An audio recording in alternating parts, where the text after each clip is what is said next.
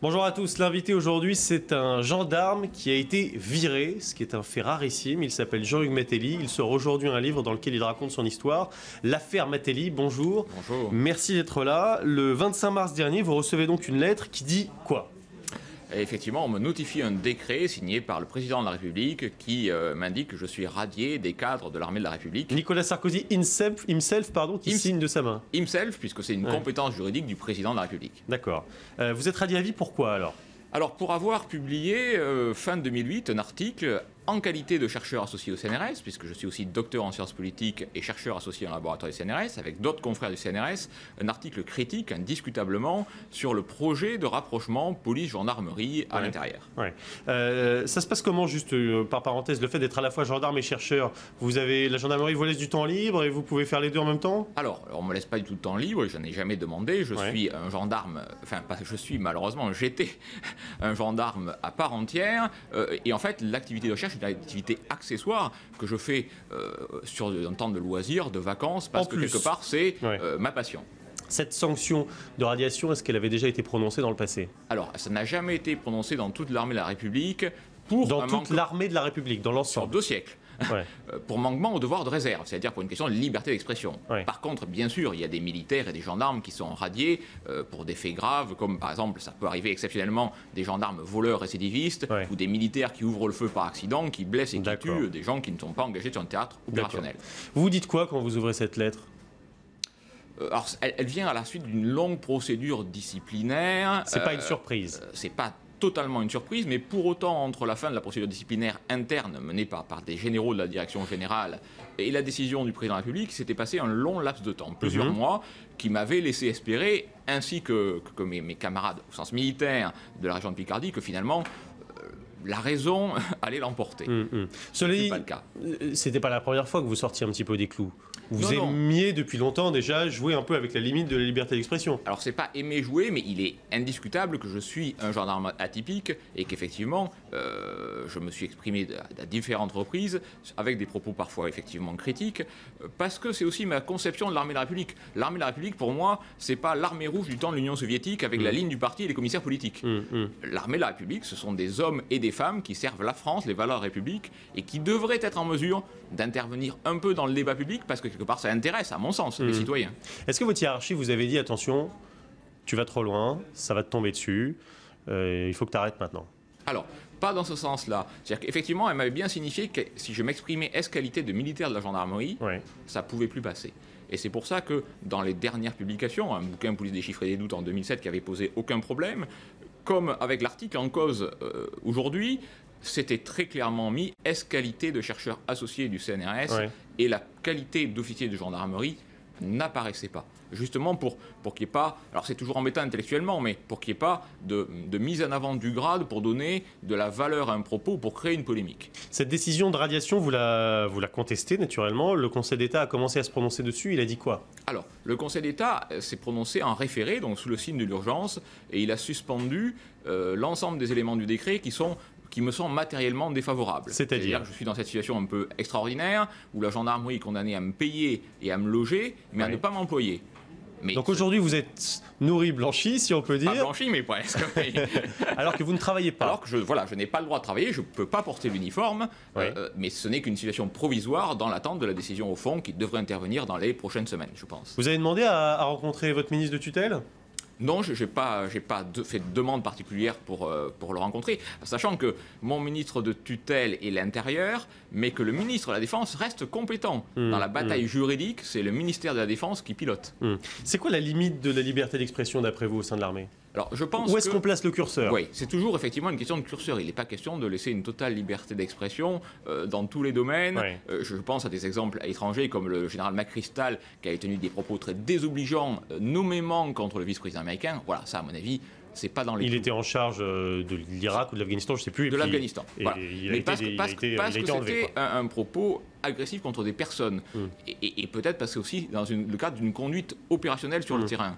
Maintenant, mes propos étaient dans le cadre d'un projet de loi, c'est-à-dire d'une discussion à venir sur un rapprochement à faire ou pas entre police et gendarmerie. Donc on est dans ce temps du débat démocratique. Et là, à mon sens, les militaires, les gendarmes, peuvent intervenir dans le débat. Finalement, ce sont les acteurs principaux. Ils ont peut-être des choses intéressantes à dire. On va écouter la voix officielle, si on peut dire, de la gendarmerie, Bien avec sûr. ce qu'en dit un responsable de la communication de votre affaire. Le chercheur ne dispense pas naturellement de son activité principale, qui est celle d'être officier de gendarmerie. Il y a une réserve, c'est le devoir de loyauté, bien sûr, vis-à-vis des institutions. Ce qui n'a pas été le cas. Il a enfreint ce devoir de loyauté. Avez-vous été déloyal? C'est dur comme accusation. Oui, l'accusation est dure. Et je ne pense pas, parce qu'en plus, les propos que je tenais est-ce-qualité de chercheur, et même si est-ce-qualité de chercheur, je peux être critique avec ce que peut faire la gendarmerie au service des institutions, au service de la France, puisque je dois à ce moment-là me départir justement de mon képi de gendarme. En l'occurrence, notre analyse avec mes confrères du CNRS, c'était de dire que ce rapprochement allait nuire à l'identité de la gendarmerie nationale. Qu'est-ce que vous Donc, dénoncez dans ce rapprochement? il y avait trois grands éléments pour faire court. D'une part, une concentration des pouvoirs qui historiquement s'est produite qu'à certaines périodes de France, l'Empire, Vichy. La tradition française, c'est une séparation des pouvoirs qui va au-delà du triptyque traditionnel. C'est-à-dire on sépare aussi deux forces de police. Le deuxième point, c'était que ça s'inscrivait dans une démarche de concentration des forces et de retrécissement du maillage territorial, c'est-à-dire de la capacité des unités de police et gendarmerie d'être au plus près des citoyens. Parce qu'on fermait certaines brigades de gendarmerie. Parce qu'on fermait certaines brigades de gendarmerie, mais c'est vrai aussi pour la police nationale à côté. Et le troisième point, c'était de dire qu'à terme, le rapprochement de ces deux institutions qui présentent les deux extrêmes en termes de liberté d'expression, la police nationale est la fonction publique la plus syndiquée en France, avec une très forte liberté d'expression. La gendarmerie nationale, on le voit dans mon affaire. Mais il y a des avantages sociaux, par voie de conséquence, qui sont assez forts pour la police. Alors oui, bien sûr, il y a des avantages pour la police. Aussi, la gendarmerie n'est pas sans avantage, mais là aussi beaucoup de contraintes particulières. Donc, mélanger les deux, c'est prendre le risque d'une surenchère et d'une crise identitaire pour la gendarmerie. Mais au-delà de ça, c'est un risque pour la sécurité des Français? Oui, excusez-moi. Oui, parce que le maillage territorial de la gendarmerie et sa tradition de police au contact des citoyens est un élément fort de la sécurité en milieu rural. C'était prendre un risque de ce point de vue-là, par exemple. Vous en avez parlé en 2007, vous avez publié un livre qui n'avait pas fait grand bruit à l'époque, c'est vrai, sur la façon de trafiquer les statistiques. Vous expliquiez comment elles étaient arrangées pour améliorer les chiffres, pour s'inscrire dans le cadre de la fameuse culture du résultat. Comment est-ce qu'on s'y prend concrètement? Est-ce que vous pouvez nous donner des exemples précis de la façon dont on arrange les chiffres pour que les statistiques soient bonnes? Alors voilà, c'est l'exemple, ce livre-là n'avait pas suscité ce qui était assez étonnant, ça allait plus loin que le livre suivant en fait. De réaction de l'institution, et il était publié qualité de chercheur avec Christian Moinard également du CNRS. Donc l'idée était de montrer qu'il y avait de multiples mécanismes. Alors les plus connus sont par exemple de minorer la classification pénale d'une infraction. C'est-à-dire vous faites casser votre voiture, on force la voiture, on force le Neyman. Visiblement, on a essayé de vous voler votre voiture et on va vous compter ça comme une dégradation légère, contravention qui ne rentre pas dans les crimes et délits, et non pas tentative de vol, délit qui rentre en plein dans une qualification qui rentre dans les statistiques. Autre exemple actuellement très, très en vogue, c'est celui des infractions à la carte bancaire.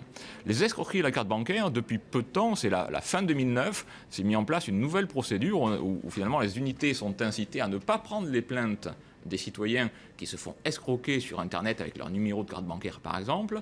On leur donne un papier avec lequel ils vont aller voir leur banque, mais on n'enregistre pas la plainte. Et ça, c'est une quantité de délits considérable qui passe à la trappe des statistiques. Alors, il y a la question de communication, je veux dire transparence vis-à-vis des citoyens en termes de statistiques. Mais il y a aussi une autre question de sécurité.